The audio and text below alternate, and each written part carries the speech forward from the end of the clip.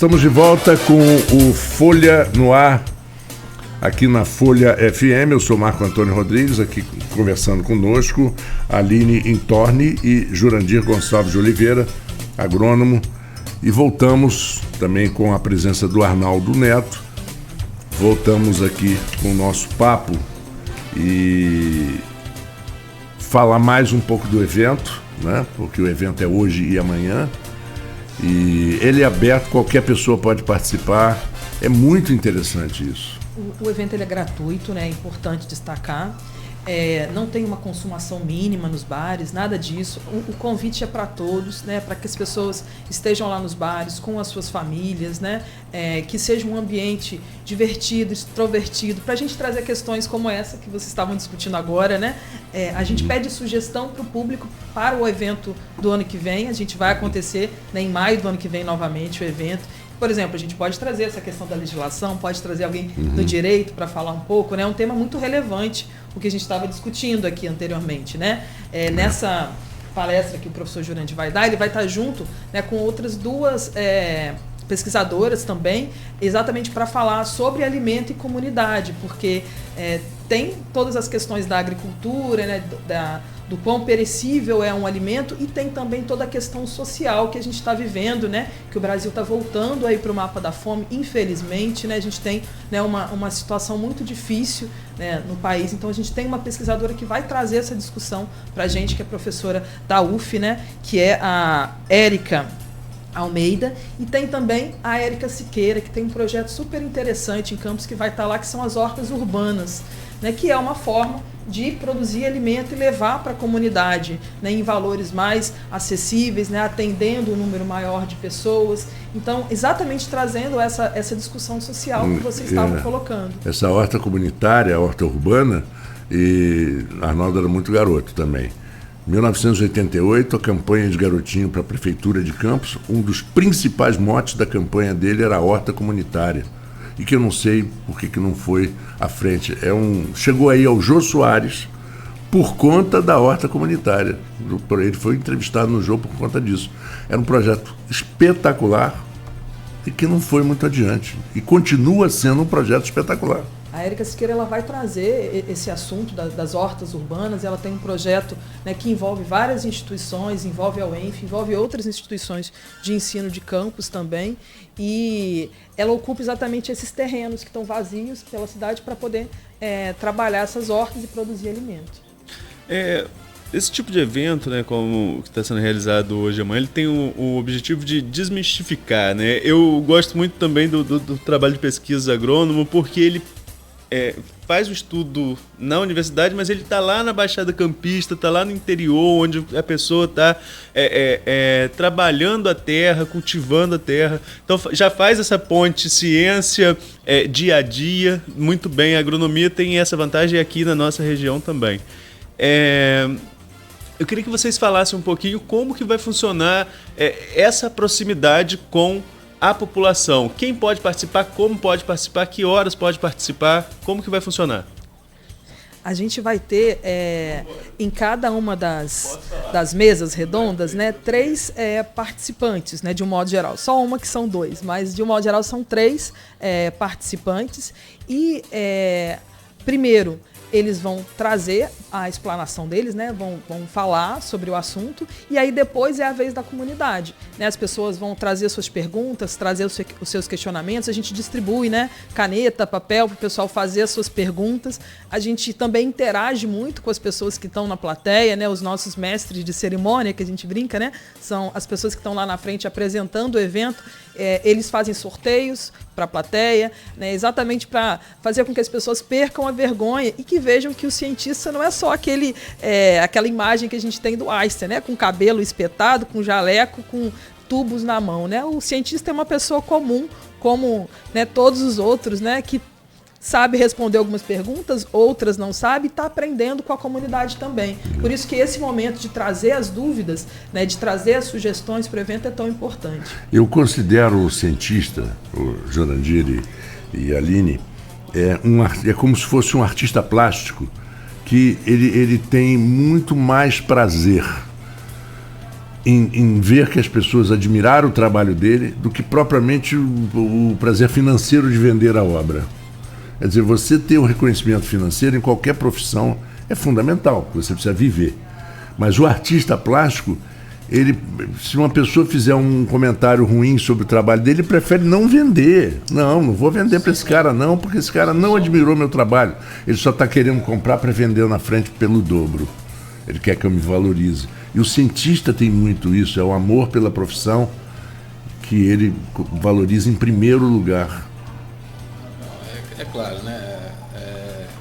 Acho que se alguém pensar em entrar para a área de ciência, de pesquisa, para ganhar dinheiro, ele está entrando na profissão errada.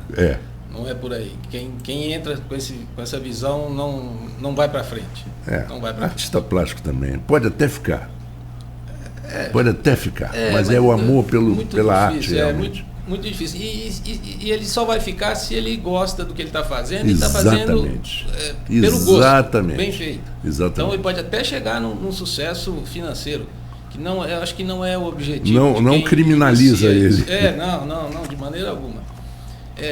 Agora, só voltando aqui o que a Aline comentou sobre a horta urbana, isso na questão do desperdício, isso é uma estratégia fundamental. Por quê? Porque traz a produção próxima do consumo, né, do consumidor.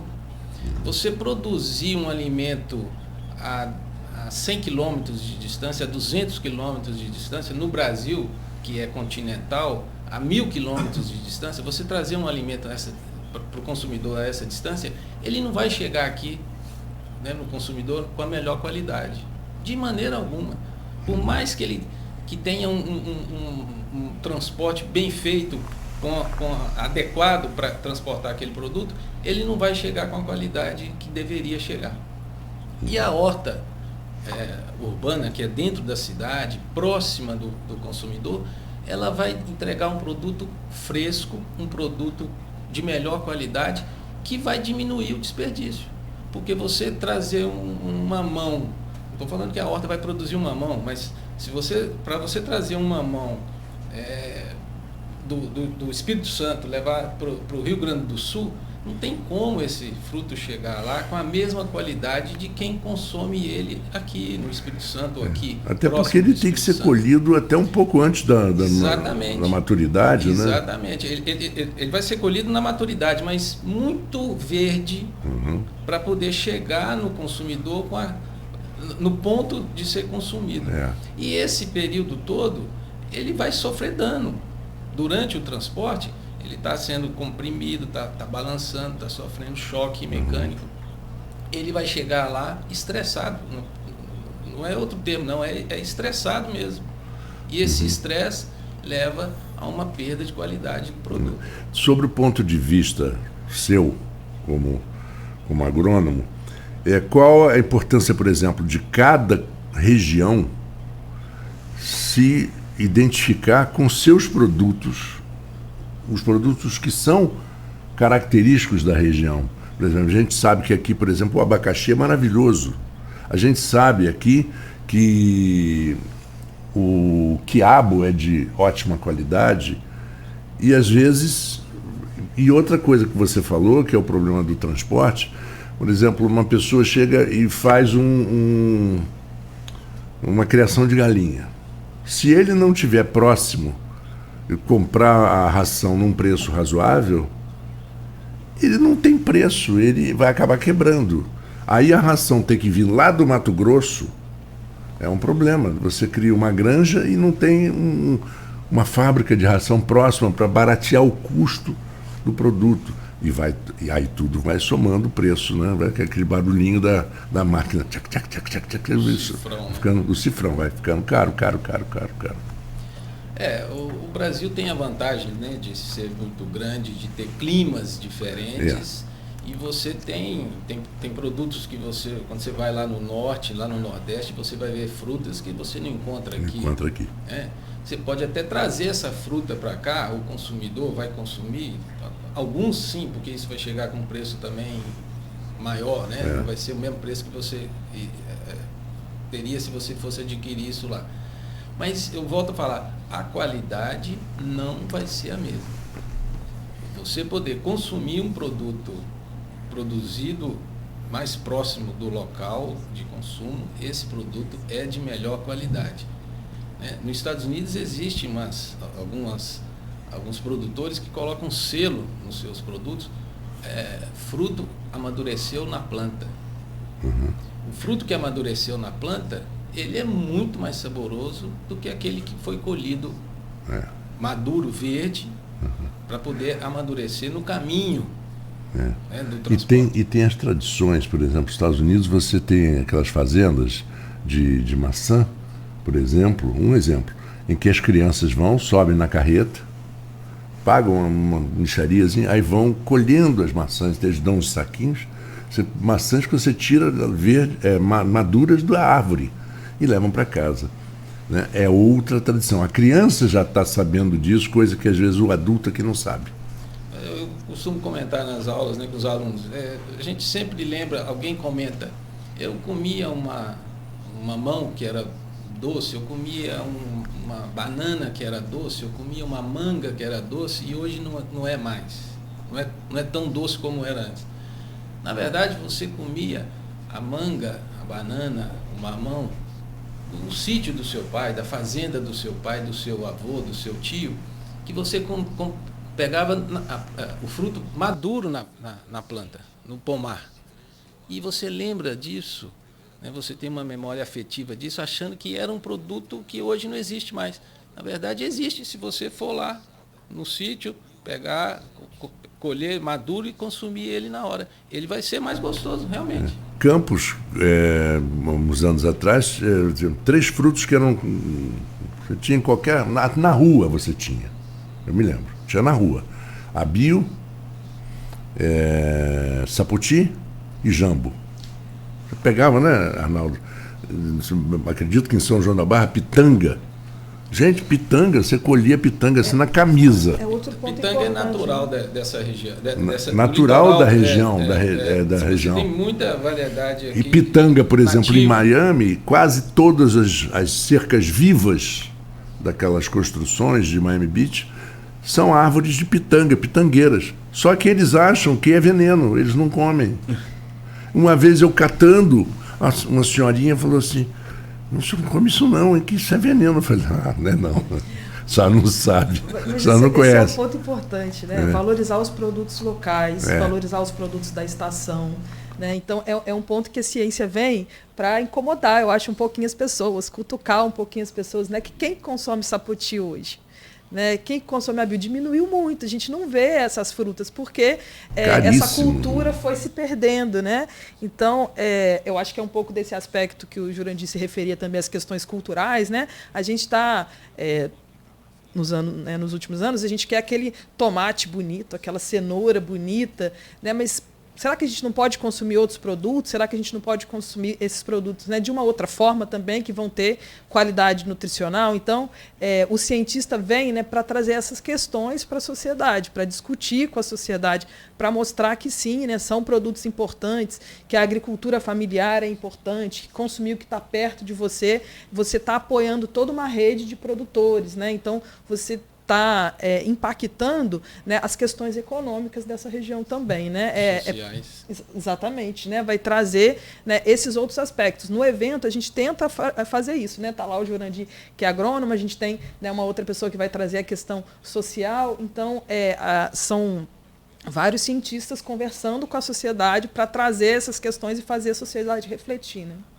Eu precisei dar uma saída aqui, porque o noticiário é assim mesmo, A gente recebe ligações em cima da hora e são assuntos importantes. Já encaminhei a redação.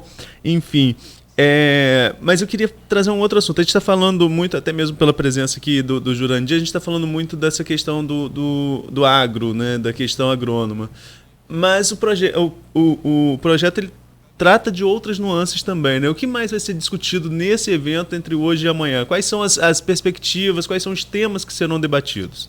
trata assim, Arnaldo, foi bom você trazer, porque a gente sempre busca no evento trazer uma visão diversa, assim, sabe? Não fechar em um assunto só, até porque a gente entende que a sociedade tem diferentes demandas, né? Um outro ponto que a gente vai trazer também, a mesa do Jurandir é hoje, como ele colocou, né, lá no Porques. Hoje também vai ser discutido um outro assunto relacionado com os animais, com a evolução dos animais. Hoje a gente valoriza muito os pets, né, os nossos companheiros, os gatos, os cachorros. Então a gente vai ter, né, uma veterinária, Gabriela Leal, que é uma pessoa super premiada, que vai vir conversar conosco sobre a evolução desses animais, como a gente tem impactado nos cachorros, né, nas raças dos cachorros, quando a gente começa a selecionar esses animais, quando a gente começa a escolher algumas raças para ter, quanto a gente está impactando na evolução desses animais. E a gente tem também o Felipe, que é professor da UFRJ, que vai trazer um outro olhar sobre os animais, falando aí de uma questão evolutiva ao longo do tempo, né, ao longo de milhares de anos de evolução, né, que chama Animais do Antigo ao Contemporâneo, que vai trazer todo esse outro aspecto. Amanhã, essa mesa sobre animais é no Nômade, tá? Nosso outro parceiro, nosso outro bar. Vocês me permitem aí, eu preciso falar o local, né? Às 19 horas. Gente. Aí amanhã a gente vai ter uma mesa que chama Mundo das Vaidades.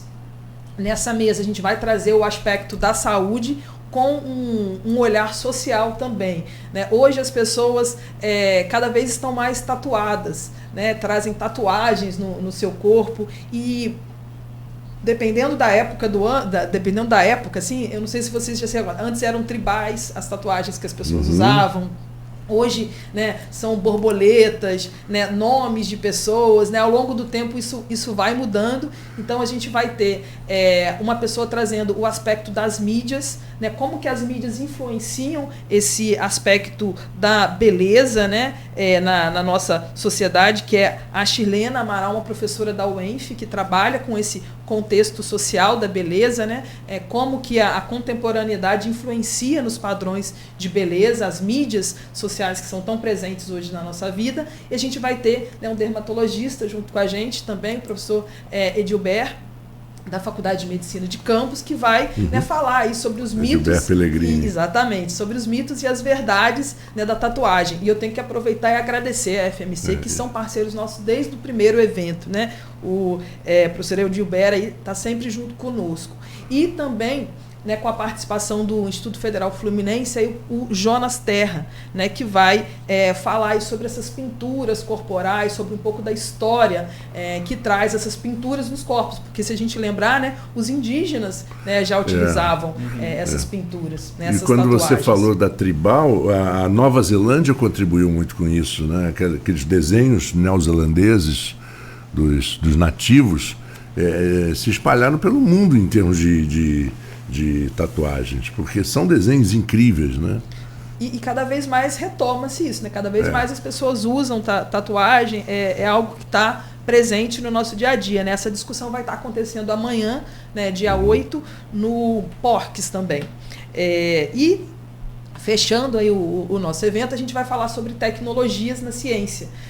A gente vai trazer a professora Marisa Ferro, que é da UF, trabalha com inteligência artificial, uma pessoa super renomada no assunto, né? Hoje, né, a gente está aqui com os celulares na mão, todo mundo usa os streamings, né? E como é que aparece lá os filmes que a gente gosta? Como é que aparece as músicas que a gente gosta, né? Como é que isso é treinado para funcionar? Né? Como é que a gente tem, às vezes, aspirador em casa, que é um robô que funciona ali autônomo durante a noite, né? Então, como essa tecnologia está presente no nosso dia a dia, como ela pode auxiliar questões de segurança, questões de saúde, né, cirurgias que podem acontecer pelo mundo hoje, né?